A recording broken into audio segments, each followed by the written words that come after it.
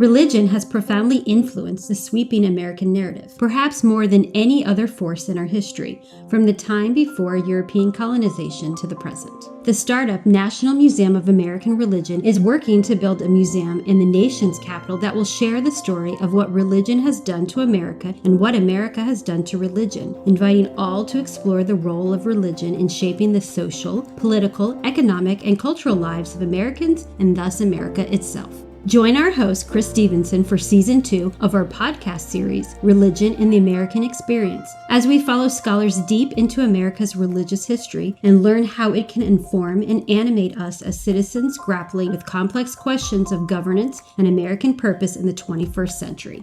Episodes will be released on the first and third Mondays of each month on Apple Podcast and Spotify. Register for notifications on our website, www.storyofamericanreligion.org, under the Sign Up tab. Climate change is one of the dominant news stories of the 21st century. Rising sea levels, more fearsome and catastrophic hurricanes, drought, raging wildfires. There is so much here that seems to touch existential fears of Americans. The podcast series Religion in the American Experience wishes to understand how religion, one of the greatest forces in the nation's history, and which addresses existential questions, figures into American environmentalism, which meets climate change and other challenges facing planet Earth head-on. Today, to help us at least begin to uncover some of the relationships between religion and environmentalism is Mark Stoll, professor of history at Texas Tech University and author of Inherit the Holy Mountain, Religion and the Rise of American Environmentalism. Mr. Stoll teaches about environmental history and the history of religion, and is also the author of Protestantism, Capitalism, and Nature in America, and co-editor with Dianne Glave of To Love the Wind and the Rain, African Americans and Environmental History. He has a Ph.D. from the University of Texas at Austin. We guarantee that our time together today will help all of us understand better what religion has done to America and what America has done to religion, and we trust that as a result, listeners will come to better understand how revolutionary and indispensable the idea of religious freedom as a governing principle is to the United States and its future. Join us in building the National Museum of American Religion in the nation's capital, to open in 2026 on the 240th anniversary of Thomas Jefferson's immortal words, "Almighty God hath created the mind free," which captures the American essence of religious freedom by donating at storyofamericanreligion.org/contribute. Mark, thank you so much for being with us today. It's my pleasure. Thank you for inviting me, Chris. First, how did you become interested in the connection between religion and environmentalism, which, if understood, you write, quote, gives the history and development of environmentalism a trajectory, unity, and power, and provides extraordinary insight into the environmental movement's past and future, close quote? Well, there's a couple of ways I suppose I could answer that. First would be that as a grad student, writing my first research paper, I got interested in, my mother had, before I went back to graduate school, had given me a biography of John Muir, who was the founder of the Sierra Club in 1892, and also a major voice for national parks in the late 19th, early 20th century, friend of Theodore Roosevelt and all sorts of things. He had a very deeply religious background, coming out of basically a Presbyterian Scottish culture, born in Scotland, raised on the farm in Wisconsin. And yet he would go on to be this icon in the history of the environmental movement, kind of a founder of it. So this would be back in 1987 when and still today, I think the prevailing wisdom is that religion and the environment are enemies, are hostile, are in tension. This would have been right after Um, James Watt had been Secretary of the Interior back under the Reagan administration, and he was a Pentecostal, and tried as much as possible to dismantle the environmental regulations and network that had been put together back in the 70s. And so it had been sort of reinforced. Also, there was the famous Lynn White essay. He was a historian of technology and a medieval historian. And he had written in 1967 a essay that you still see everybody still being assigned to students everywhere, that the origins of the environmental crisis, the ecologic crisis, as he called it, lay in Christianity. Christianity was uniquely hostile to nature, that Genesis gave man dominion over nature, and that Christianity had, when it had vanquished paganism, also vanquished all the spirits and the other beings that inhabited nature and made nature of a thing. And consequently, we were using nature as a thing, as something for our benefit, heedlessly. And that was inbred in Christianity. And he found Protestantism to be worst of all. So this is kind of still today kind of received wisdom about that. So I wondered, how did John Muir get from such a background, deeply religious background, with what today we would call fundamentalist, evangelical? How did he came from that background to be this hero of the environmental movement? And that started my journey. And the more I explored it, the more I found very deep connections between the environmental movement and Christianity, especially the part of Christianity that it was supposedly most hostile to nature, the Calvinist tradition. And as my book chronicles, just about all of the major environmental voices, both writers, thinkers, as well as activists, had come out of exactly that tradition, the Calvinist tradition. So that required me to find out why. And I said there were two things. The other thing was that as I was discovering this, particularly after a certain point, about after 1889, every single person you can think of was raised in the Presbyterian Church, which nobody had ever noticed before. And I thought, how come nobody noticed this? if they all have this in common, how come no one noticed it? And it made me think about myself, because I also was raised Presbyterian, and in a very conservative part of the country. You would not.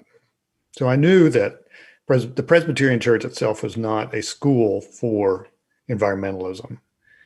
Just because you're a Presbyterian didn't make you environmentalist. Yet, an overwhelming number of John Muir, Theodore Roosevelt, Rachel Carson, and all sorts of names, oftentimes either wanted to be a minister at one point or had a minister very close in the family. There's a strong connection there too. So this is really a strong religious connection. And then, I end up being a lapsed Presbyterian environmentalist, just like virtually all of these people. Right. So this was not something I set out to discover. It was something I found that I was a type. Right. Okay. Well, that's a great story.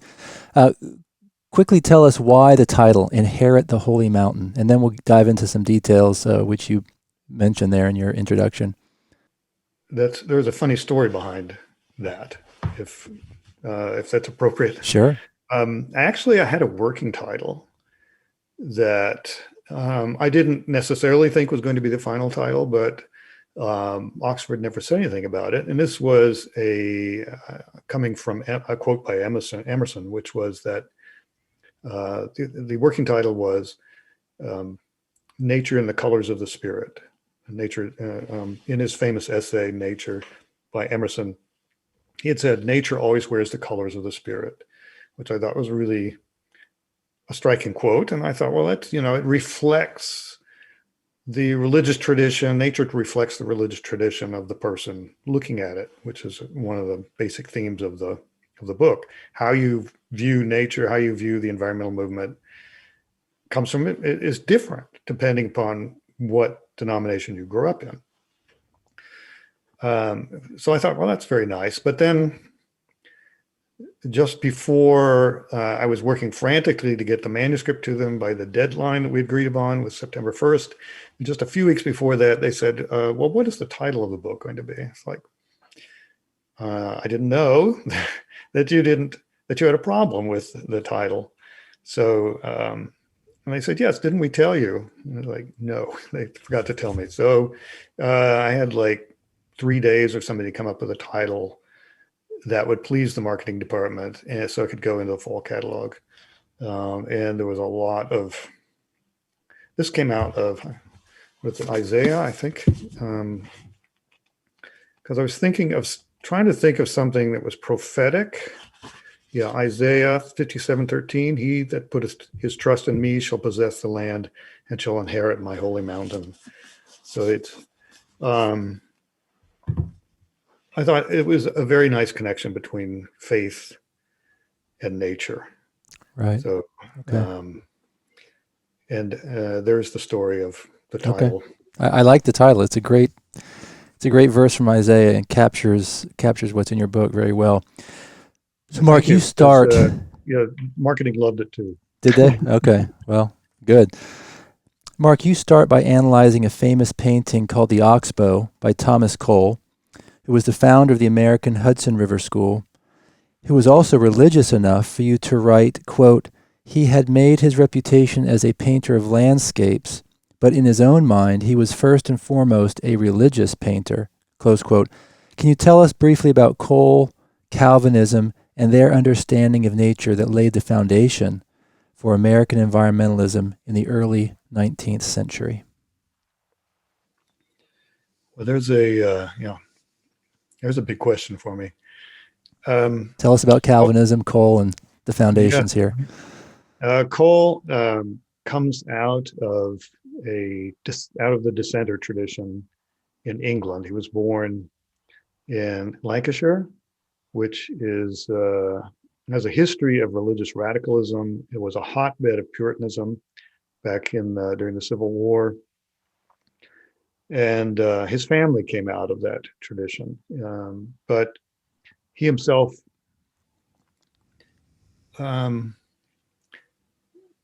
may not have been strictly Calvinist. Certainly as an adult, he was not. So one of the things that I emphasize in the book is that it's not Calvinism per se, but rather kind of a culture of Calvinism, which creates a sympathy for nature, a desire to protect it, and reserve it for the benefit of the people. But he did get out of that. Something that Calvin had talked a lot about was that in nature, you will find God. And Calvin himself had said that in nature is where God draws closest to us, and in a way communicates himself to us. So that's the natural world for Calvin is really where you find God.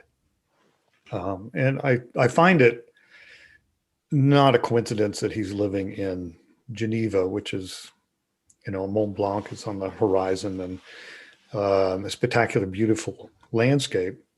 Of course, he's French. He's not from Geneva, but certainly there throughout the Calvinist traditions, Puritanism, Congregationalism, Presbyterianism, there is this emphasis on finding God in nature.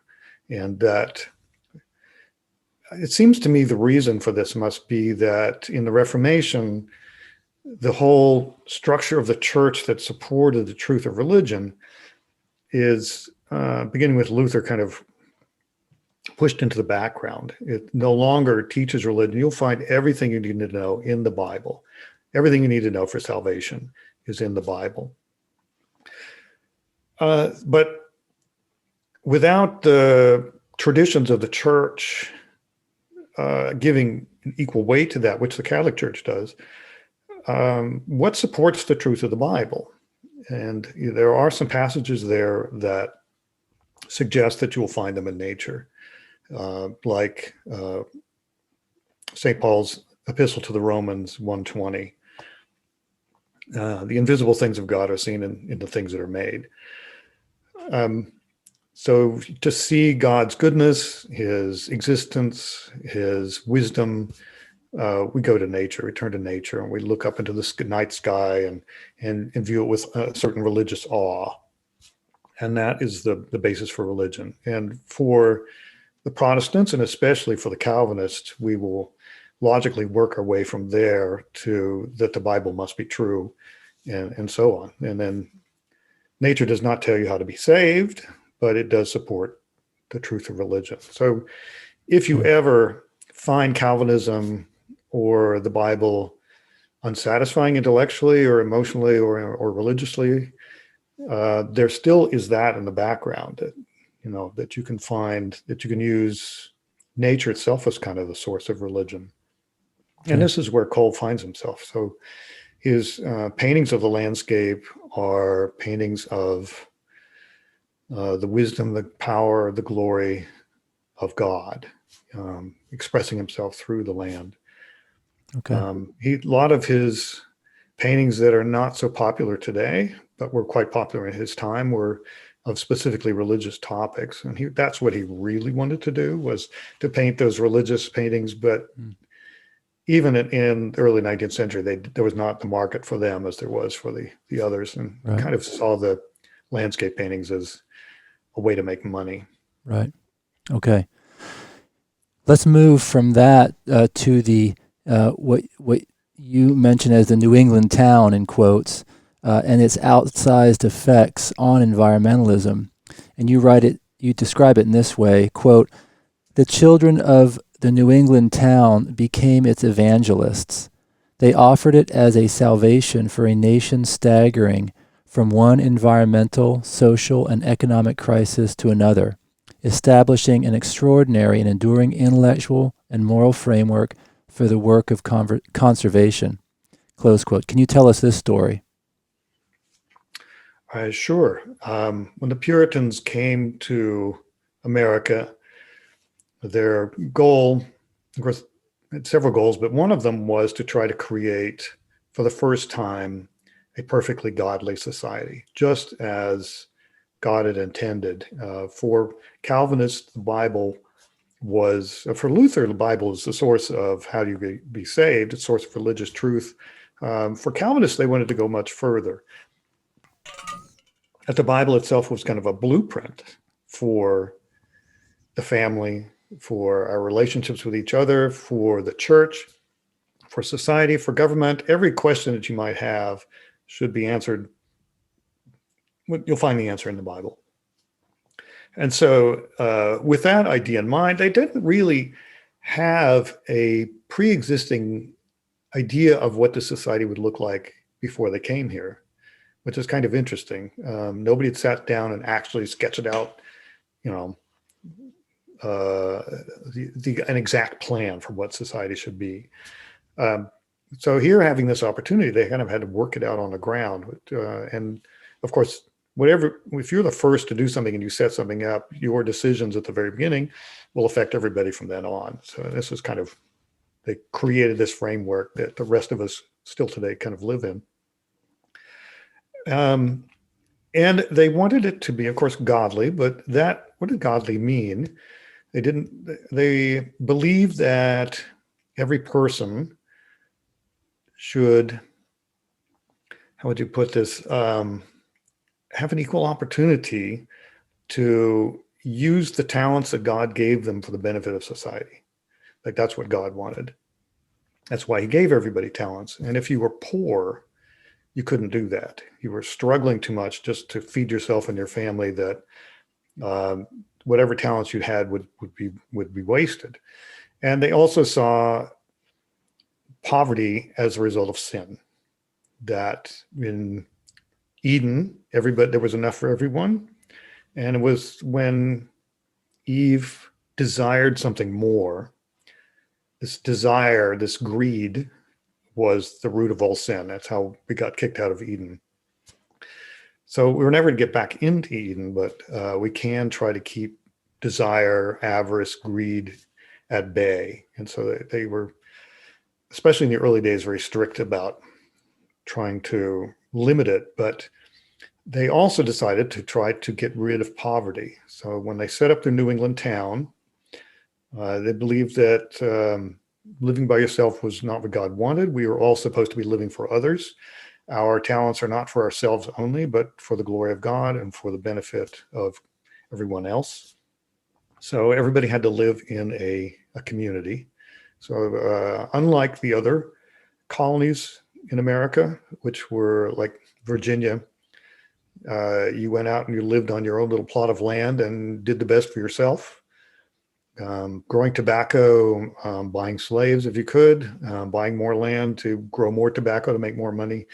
It's very competitive, individualistic society. It's like, no, that just leads to sin.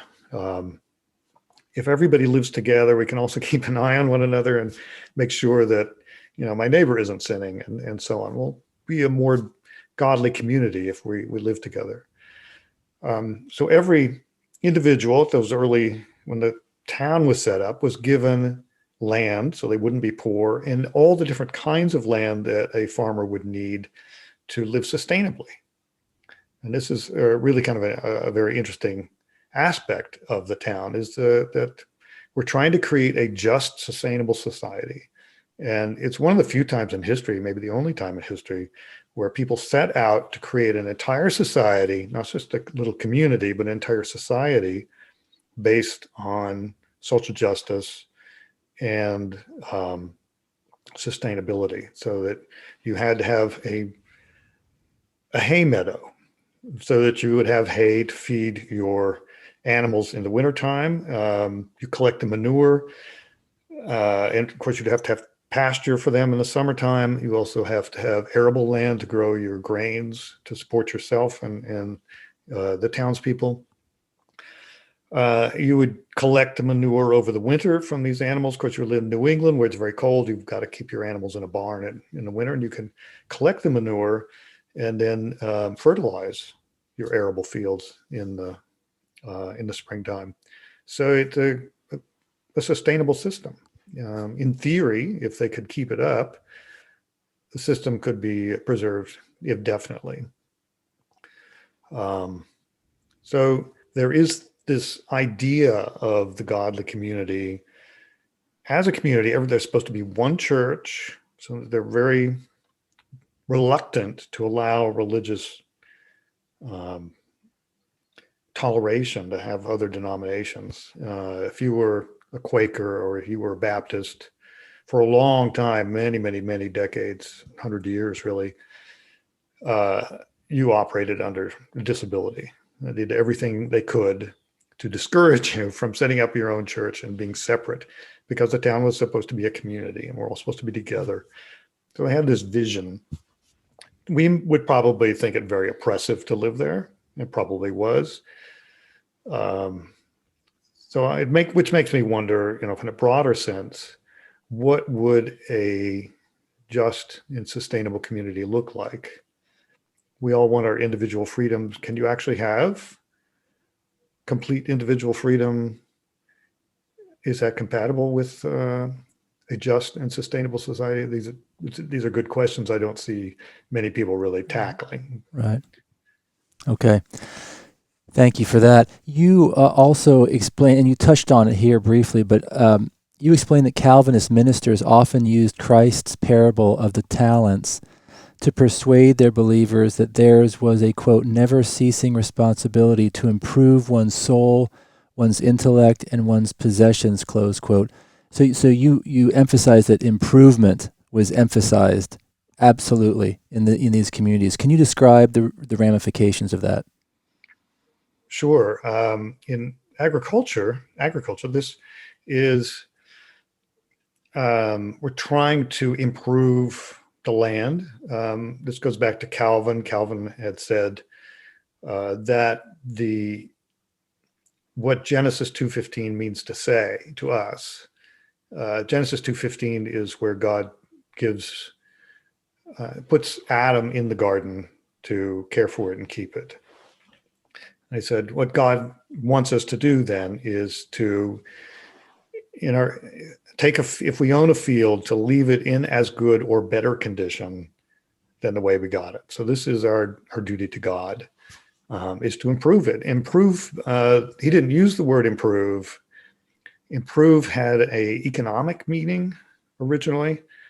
And in the right around 1600, the Puritan ministers began to use it in this sense, and improving not only your possessions like your field, but also, like as you said, improve yourself morally, improve yourself intellectually.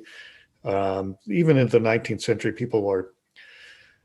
if they bought a book to read, they wanted to know if it was an improving book. So improvement becomes sort of, it escapes religious discourse, and in the 1700s becomes a very general word for improving agriculture to make it more productive. And this is also on the minds of the Puritans and their Congregationalist descendants, because New England is not a great place to farm. There is some good farmland in New England, but it is rare. It was heavily glaciated in the last ice age, and there's a lot of places with sand. There's a lot of rocks in the soil. It's really, somebody once said, I think it was a minister, that even the soil itself was very Puritan in New England, because it just made you work hard for your profits out of it. Okay. It made you a better person because you had to work so hard. Right. Okay. Fair enough. Let's see. Let's move on to this chapter entitled Building the Moral Society. And in this chapter, Mark, you detail the Puritan influence on a wider America, its agriculture, its forests and parks. For example, I noted that one of the people responsible for the famous U.S. land-grant university system, quote, believed that agricultural improvement served religious purposes and also hastened the millennium, close quote. Can you share how this broader influence on America unfolded? And included in that story, or not the story, but this character, Gifford Pinchot in U.S. Forestry, which he was a major figure early on. Well, there probably seems like several parts to that question. Let me see. So into the 19th century, we get people who are raised in the New England town, who generally leave it, to be honest. Gifford Pinchot wasn't raised, he was raised in New York, but would visit his grandfather in the little Connecticut town that his mother was from.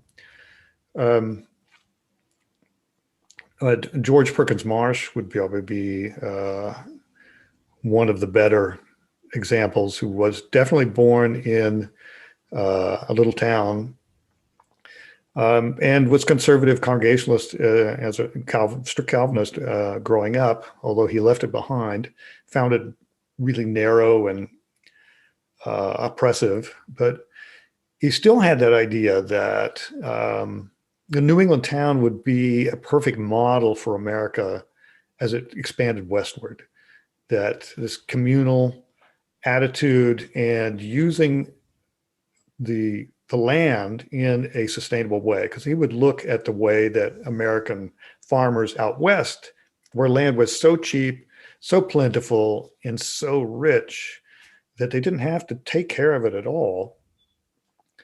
And, just decried that. It's just terrible. Americans just do not know how to use the land properly.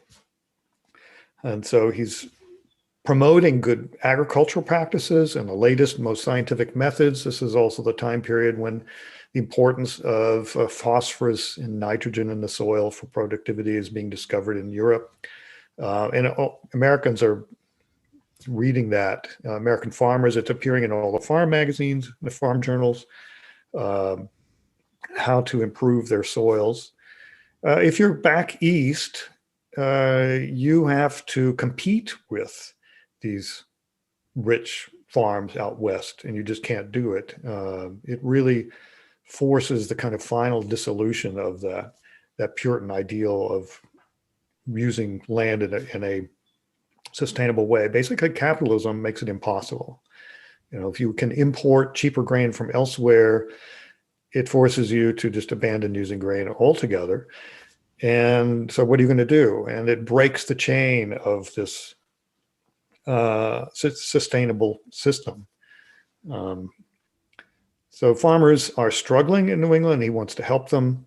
He's also worried that people are cutting down their forests, which have all sorts of practical advantages to having forests, plus leaving future generations with no wood, which seemed like unthinkable in the early 19th century. Wood was used for everything. Wood is part of the sustainable system. Every farm, and from the Puritan days onwards, needed to have wood because you needed wood for heat, you needed it for your fences, you needed it for your farm buildings.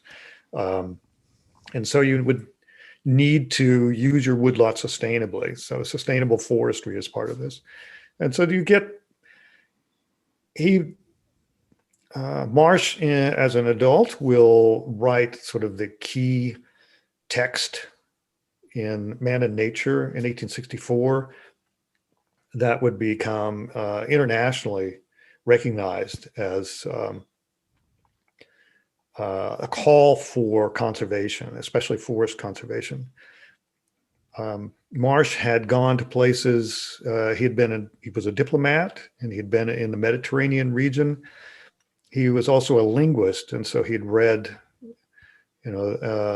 ancient Greek and Roman texts in the original Greek and Latin, describing beautiful landscapes, beautiful valleys, and would go to visit the beautiful valley that he'd read so much about and find it in the 1850s and 60s with the trees gone, with the springs dried up, the rivers dried up, just a bunch of bare rocks baking in the sun. And he realized that he believed that people had done this. They had cut down the trees. The trees had protected the watershed and allowed the springs to continue. And once the trees were gone, the springs dried up, the rivers dried up, then they unleashed goats on the landscape, and the goats and the sheep ate the grass down to the bare soil, and the soil eroded away, and you ended up with a desert baking in the sun. He realized that humans can have a permanent negative impact on nature, which had never really been formulated like that before. And this shocked everybody around the world and said, yes, this could be where Western civilization is heading. And you could really see it in America because we were so heedless with our resources. There was so much here. The forests were so vast, truly they were endless. There was always more soil opening up out west. There was no incentive in America to farm, to cut trees sustainably. And so he becomes this great call for that. And we find in Gifford Pinchot, whose father was very wealthy and had made his money from actually clear cutting forest in eastern Pennsylvania. And then he began to read more about forestry and began to have kind of a guilt about that.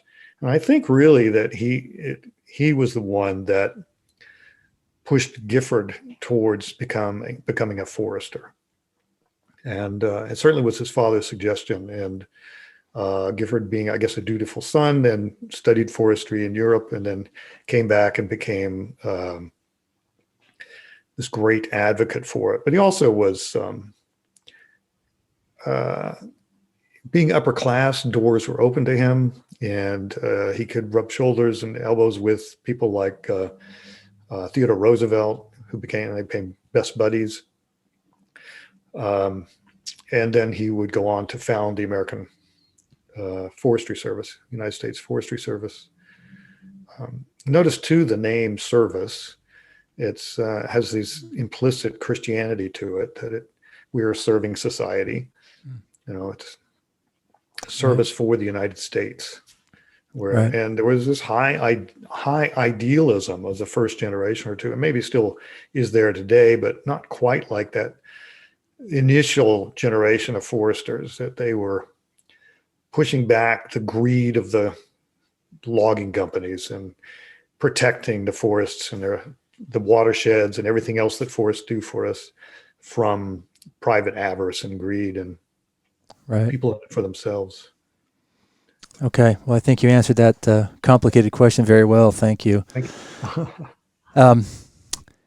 Let's see. We are talking with Mark Stoll, professor of history at Texas Tech University and author of Inherit the Holy Mountain, Religion and the Rise of American Environmentalism, about the relationship between religion and environmentalism.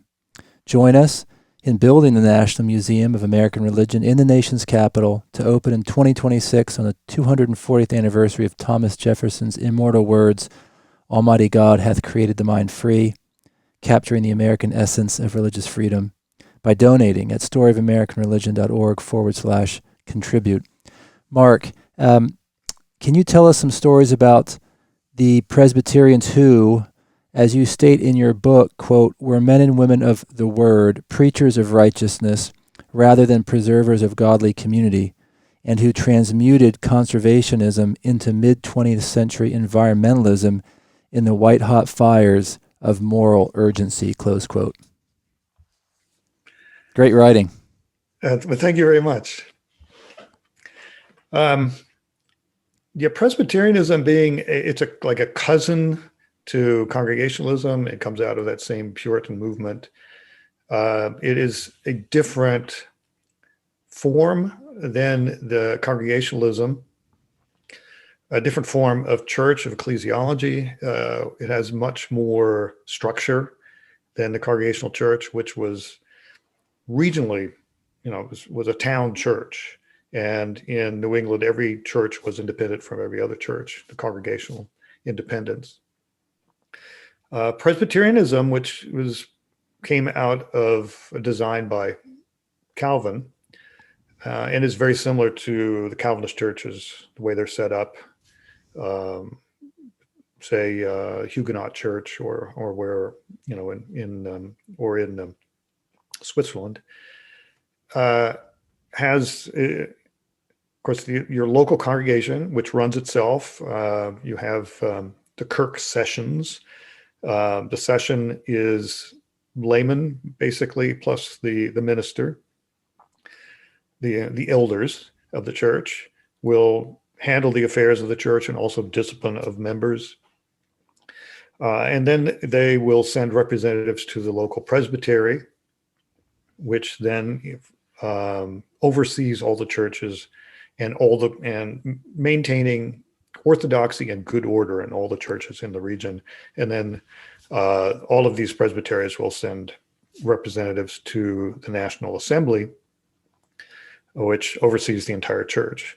So it's much more structured, and it's also got people watching you to make sure that you don't get too crazy down there on the local level.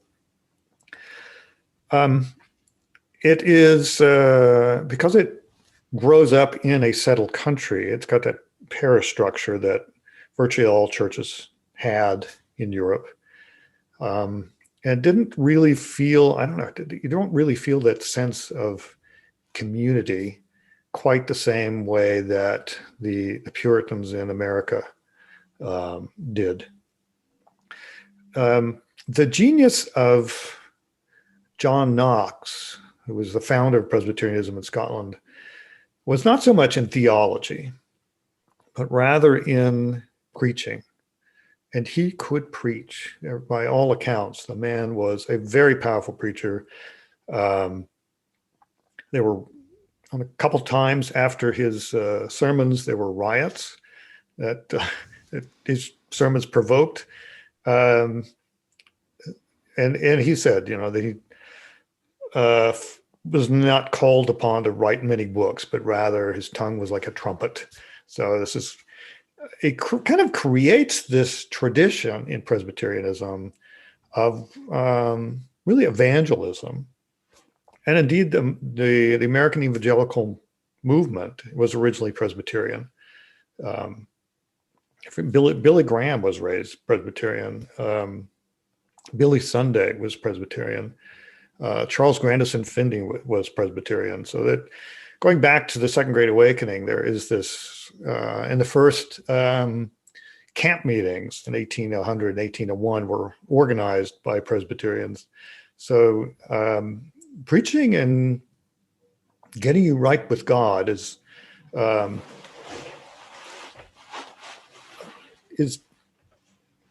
part of that. Part of what Presbyterianism is all about is the emphasis on preaching, on the word.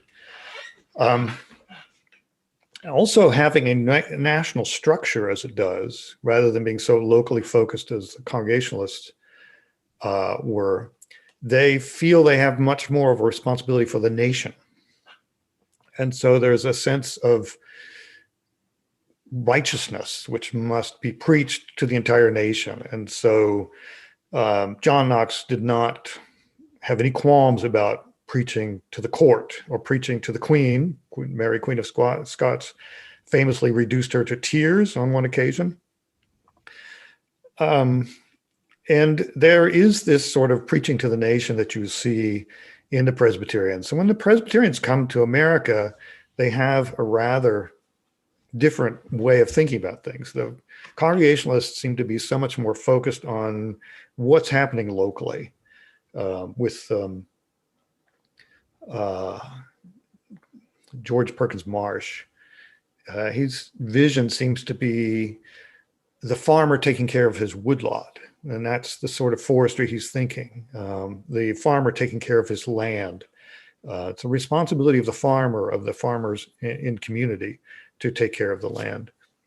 Presbyterians are more like the nation needs to get in on this. And so we see a shift as Congregationalists kind of fade out of this early conservation. In the 19th century, everybody's Congregationalist, but after the late 19th century, they begin to disappear, which is what I thought was really interesting. My explanation for that is that it seems to have to do with the decline of the Puritan village, of the New England village, of the New England town, that economic changes and farming changes cause erosion of these small towns, and they began to decline, very much like small towns in America declining today. The little towns that used to be thriving, even when I was a kid in the 50s and 60s, all these little towns were thriving, plenty of young people and kids and busy stores and movie theaters and everything else you would need. And now you drive through a lot of these small towns and they're all kind of depressing and half abandoned and boarded up and poverty stricken. This was happening to the New England town in the late 19th century for very similar reasons, that the farming communities that had supported them no longer were economically viable, and that young people were leaving them because there were no opportunities there. And they were boring to live in compared to living in Boston or New Haven or Hartford or New York or wherever. Opportunities were elsewhere. And so you have a kind of a rearguard action by Marsh and other people, like, let's preserve the New England town, but it really was not possible to do that. So as the New England town declined, it produced fewer and fewer people who wanted to preserve it out of nostalgia or experience or whatever.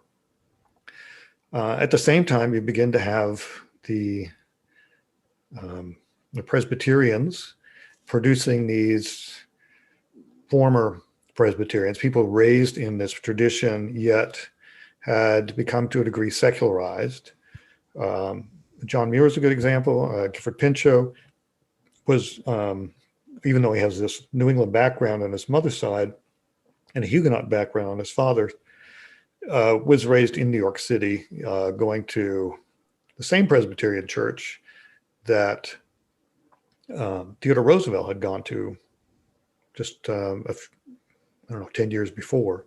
And these churches are continuing to preach a kind of righteousness, but they're thinking in terms of national righteousness. And so they begin to think these are the people that put the parks that were created by people from the Congregationalist tradition. They're thinking in terms of city parks for the people, and are involved in the first national parks. But the national park system comes out of the Presbyterian tradition, a system for the whole nation. So they're thinking more nationally, more like Theodore Roosevelt. We must have this national righteousness. We must make these things available for everybody across the nation, not just the people in certain cities and certain regions, and leave it up to the city to handle this. So what we think of as kind of the modern conservation movement, modern environmental movement. Environmental movement comes out of, is really shaped by these voices. And later on, you get Rachel Carson, whose uncle and grandfather were both Presbyterian ministers, and a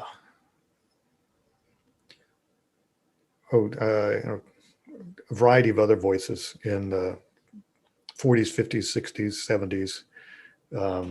And then we begin to see the Presbyterian church, Presbyterians, people who raised Presbyterian, begin to disappear from the leadership of the environmental movement, which has its own implications that I explore in the last part of the book.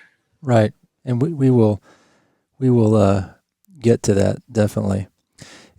In your chapter called Nature and New England Outsiders, you begin by comparing and contrasting the congregational vision for the nation, and the Baptist vision for the nation, which I found super fascinating, using the two songs, America the Beautiful and My Country 'Tis of Thee.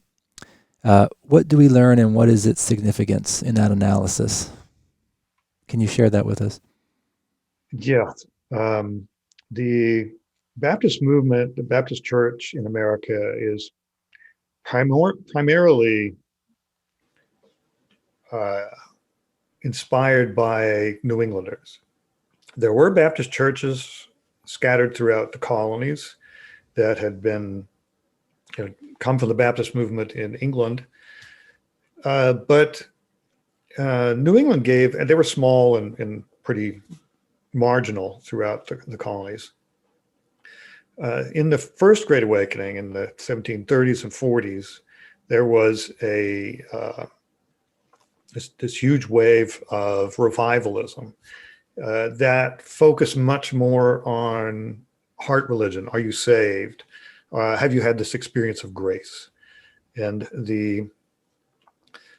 this caused a crisis in the Congregational Church of New England because just because you were not a really powerful preacher didn't mean that you were a bad minister or a bad pastor. You were trained at Yale, you were trained at Harvard, you knew your theology. Perhaps you hadn't had that experience of grace yet, but one assumed that you would at some point. And along come these people that says, well, you can't lead other people to grace. You can't lead them to salvation if you yourself have not experienced it. And so you get a faction in each town that wants livelier preaching, more preaching to the heart rather than preaching intellectual doctrines to the head. The problem was this is still in colonial times, and the system of toleration that we had at the time would require you to pay for another denomination, because they're all supported by taxes. And so if you have two denominations in town, then your taxes should support both churches. But it would not force you to pay for two churches in the same denomination. So you couldn't have two congregational churches in town unless, the population had grown so much that you just couldn't fit them all into one church anymore. because that would cause you to double your taxes to support 2 ministers and so on. And so it gave the people who were dissatisfied with their old ministers a problem. And so they solved the problem by going to found this other church, these Baptists, who were legally another congregation, another denomination. And so they began to pour into that, bringing with them this kind of revival religion, and transformed the Baptists of New England. And about a generation later, in the 1750s, 1760s, they began to move down into the South, which they found to be this great godless frontier down there, served by the Church of England, which they thought of as hardly any church at all, and began to preach on street corners. And but anyway, they are. So the point is that they are they're coming out of New England, and they are the dissenters of New England, and they do not see the church as part of a community, because the church is actually a collection of the saved. The church is not everybody in town, but rather only those who've had the experience of grace. So, and then would go through adult baptism. So it's a different idea about what a church is. And of course, this is the reason why the Puritans or the Congregationalists were so upset with it, is because you're dividing the community. And so they resisted it as much as they could, as much as the colonial authorities would let them. But you then have this very individualistic ethic then as they move into the South. The focus is not on setting up parishes so much, where everybody will go to this church, but rather having these revival meetings. We're having, hundreds of people coming and hearing the preachers preach and having that experience of grace.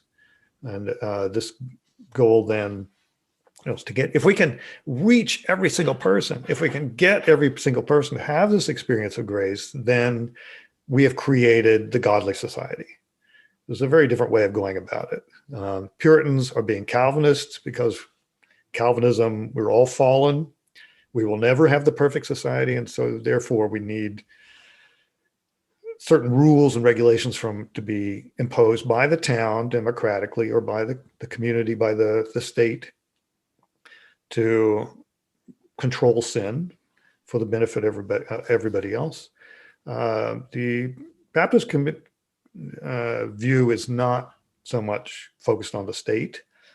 It is much more focused on the individual. If we can get the individual to behave in a godly way, if everybody behaves like Jesus, the world would be wonderful. So it's a different way of thinking about environmentalism. And so I contrast it with the Puritan tradition in that when you get Baptist environmentalists, which we do have a surprising number, that they focus much more on how the individual is supposed to behave. And you very rarely see any sort of communal solutions or political solutions even. Does that? Yeah, that's exactly what I wanted to get at. And I think it's a great insight, very helpful insight. We're going to move way up all of a sudden. You mentioned this in your book. In 2006, the Southern Baptist Convention issued a resolution on environmentalism and evangelicals. Can you tell us briefly what this is and what it represented? It touches on, of course, what you just described, but fast forward to 2006. This perspective, which is very common amongst conservative evangelicals, Protestant evangelicals today, really kind of has its origins in the 1960s and 1970s, when we have that Lynn White article that actually was read by a lot of secular people or not church-going people, and say, Christianity is the problem. Well, that might make you want to say, okay, well, let's have a totally secular solution. But at the same time, you get a lot of people who want a more spiritual solution. And so they go running around the world looking for groups, religious groups that have a supposedly environmental friendly ethic, primarily indigenous religions, Buddhism, Hinduism, Eastern religions become very popular. And kind of a rejection of Christianity. And those evangelicals in the 70s who were sympathetic with environmentalism, because there was obvious problems with pollution and all these other problems that many conservatives had been on board with. And then they became alienated by this constant criticism of Christianity and began to regard environmentalism as a false religion, worshiping the earth. And there were elements in the environmental movement that were actually openly doing that, that looking for the Earth Mother. This is the same era that we have a revivalism of the neo-pagan movement, the Wiccan movement, which is looking for the Earth Goddess, the Mother Goddess, and worshiping that. And so if you were evangelical, you certainly could draw a line between the two and say, right, it's paganism. Yeah. Right. Okay. Now, Mark, you finish out the book by surveying basically American religions, and by that I mean religions in America, and their influence on and connection to the environmental movement. So besides Calvinism, Puritanism, Presbyterianism, and the Baptists, which were all mentioned before. And this list includes the Church of Jesus Christ of Latter-day Saints, the Black Church, Catholics, Episcopalians, Jews, Lutherans, and Methodists. We don't have enough time for you to mention each, but can you give us the highlights of the environmental work of, let's say, 2 or 3 of those religions that haven't played the large role that the others have? I would say that the 3 most important would be African American, especially Black Baptist Church, then which is, I guess I should have said, is kind of an exception to the other Baptists, and then I'll get back to them. Then Catholics and Jews, all of whom seem to be most prominent in environmental thinking today. The African American perspective is different from the white Baptist. It has a different history. It grew out of the slave quarters, which is where the first Baptist churches were located, in the slave quarters of the plantations in the antebellum South. And it became a kind of a place to express the community of the slaves, or the African American community. And it remained that after emancipation. And was kind of, the church would be a kind of a community center, and also the Baptist minister would be the go-between between the Black community and the white community in the South, ease any sort of problems between the two. It's no accident that the civil rights movement, 1950s, 1960s, is led by almost exclusively by Black Baptist ministers like Martin Luther King. And so that's an interesting mix here of this individualistic Baptist ethic with a certain sense of community responsibility. And so these churches become, in the 80s especially, the center for a lot of environmental justice movements, because they see, especially after the development of the idea of environmental racism, that the church then can be the defender of the Black community in the South and defend it against people trying to locate PCB dumps in their community, or other, and other dumps that Black communities in the cities in the South over and over again find themselves the place where society brings its wastes and dumps it.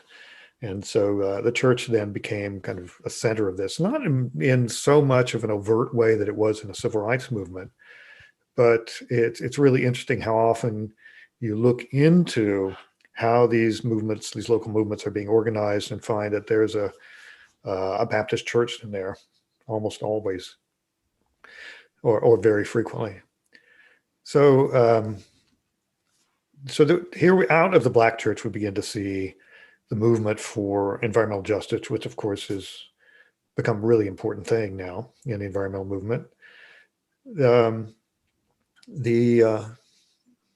Catholics and Catholics too have a sense of justice, of social justice, that is generally the environmental ideas are integrated into that.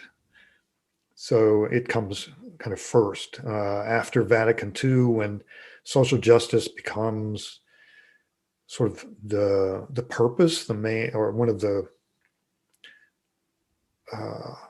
what is the purpose? Purpose is not quite the right word, but of the Catholic Church, of Catholics in this world, is to bring social justice. And the church is supposed to push for that. So the Catholic Church and successive popes have then continued to push that. And you see a lot of Catholics at the local level involved in these movements as well. And when the popes begin to address environmental movements, which they do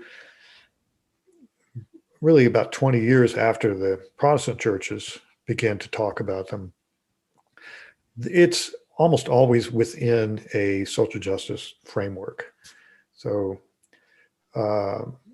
it's a different way of thinking about the environment. And again, it is not so focused on government action.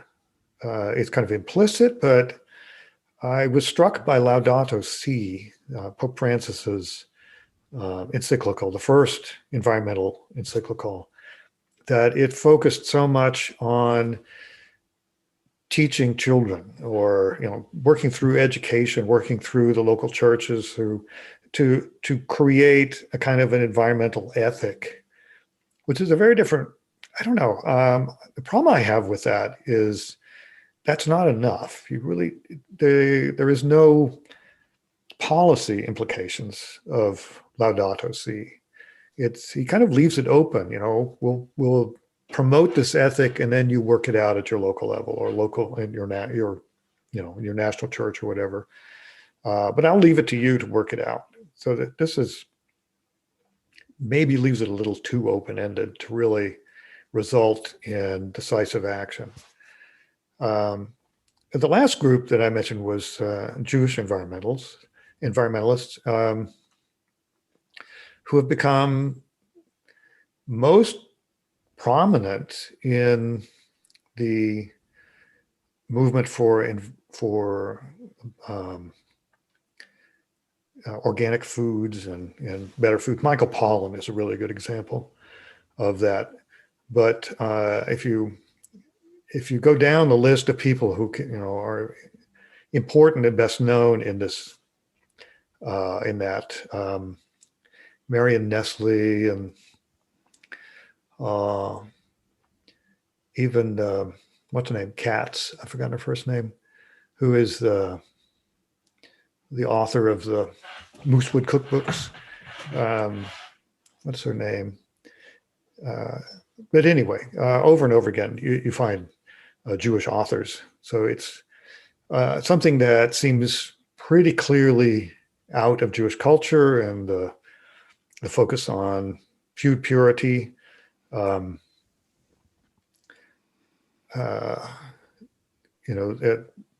Focus on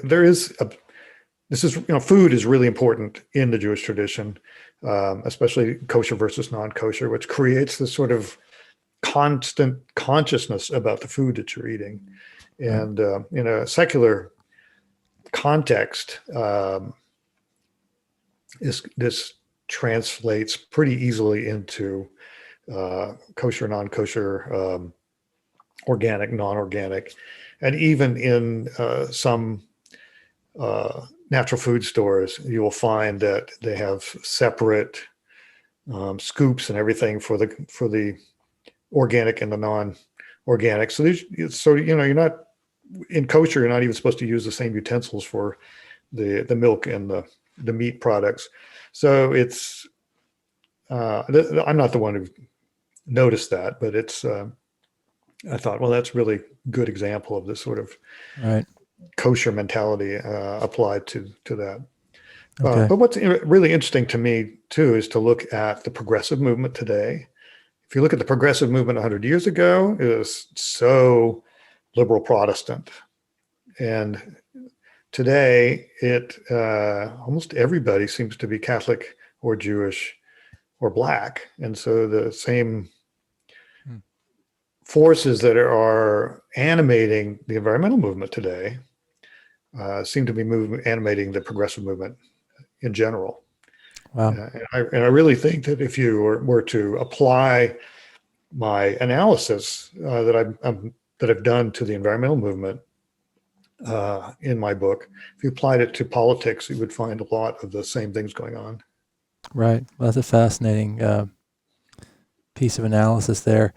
Mark, because of time, we need to conclude, and I want to ask you a question based on the last sentence of your book. You write about the environmental movement, quote, "If it is not dead yet, environmentalism is certainly weak, divided, and wandering in the wilderness," close quote. As we conclude, Mark, why don't you just give us a statement as to why you wrote this, and then share anything else you'd like to with us to help us better understand our present moment in the American narrative regarding environmentalism. Yes. Of course, I wrote that would be 2014 now. And things have changed a bit. I've sometimes thought that maybe I should write some sort of new afterword, but the idea was that these Presbyterians who had put, what we think of as the classic environmental movement of the 1960s and so on, was heavily shaped by Presbyterian leaders, authors, and it shared its goals, had that shape. After the sevens, the Presbyterians began to disappear from the leadership of the environmental movement. There's a few that hang on for a while, but I think they're really all dead now. And there is no major environmental figure today, none, who was born after 1945, which I trace to a change in the church itself, moving in a different direction, evolving and drifting away from the kind of church it used to be in the early 20th century even. It's not that Presbyterians do not, by a large proportion, become really interested in the environment and environmental protection. They still are. And there's a lively Earth congregation movement in the Presbyterian Church, both in Scotland and in the United States. That is good evidence of that.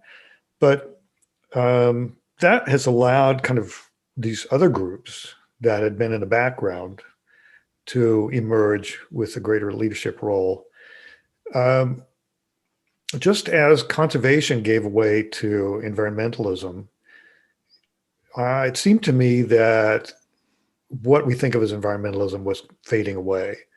And probably something else is now, that hasn't really acquired a new name, is now emerging under its banner. And these other groups, as I mentioned, the Jews and Catholics and Blacks primarily, African Americans, seem to be the ones shaping the direction it's going. Back in 2014, things looked to me pretty grim.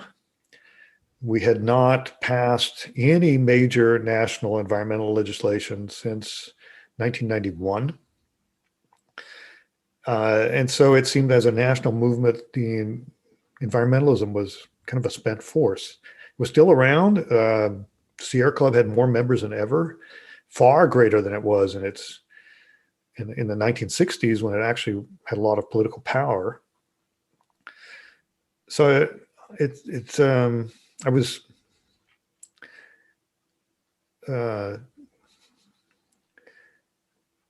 not very optimistic about its future, and I didn't know where it was going. It is clear that it is moving in a new direction. Particularly, we may be starting to get some real national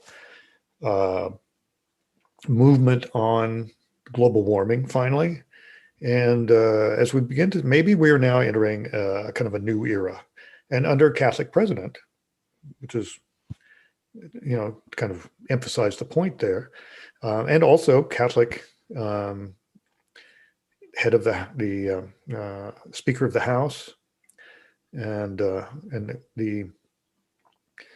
liberal justices on the Supreme Court are Catholic and Jewish, and so on.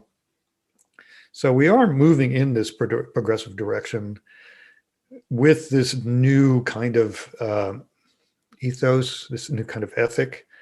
And it'll be interesting to see where we go. It's beginning to acquire quite a bit of momentum. And it is not the same environmental movement that we had with in the 60s. But that doesn't mean that it's that it's ineffective. It's not going to be attacking the old issues of parks and saving wild areas and things like that that had been so important to the previous generation. It's going to be focusing much more on the social angle. Where that leads, we will soon know. So that's where it seems. So my sort of pessimistic ending of the book, I think, would be rather different if I could just sort of sit down and analyze where we are today, where we're going, and who the leaders are. Right. Well, thank you. More optimistic than the book concludes, and your insights that it's the Catholics and Jews and Black Church as the leaders is helpful to us. We have been talking with Mark Stoll, professor of history at Texas Tech University and author of Inherit the Holy Mountain, Religion and the Rise of American Environmentalism, about the relationships between religion and environmentalism. Join us in building the National Museum of American Religion in the nation's capital, to open in 2026 on the 240th anniversary of Thomas Jefferson's immortal words, "Almighty God hath created the mind free," capturing the American essence of religious freedom, by donating at storyofamericanreligion.org/contribute. Mark, your book was absolutely enlightening. This discussion was wonderful. Thank you for being with us, and thank you especially for doing the hard work of researching and writing such a great book that helps us all understand America better. I hope you've enjoyed your time with us as well. Thank you very much, Chris. And yes, I have enjoyed my time with you, and thank you very much for inviting me to be part of your podcast. You're welcome. The podcast series, Religion in the American Experience, is a project of the National Museum of American Religion. Episodes will be released on the first and third Mondays of each month on Apple Podcast and Spotify. Register for notifications on our website, www.storyofamericanreligion.org, under the Sign Up tab.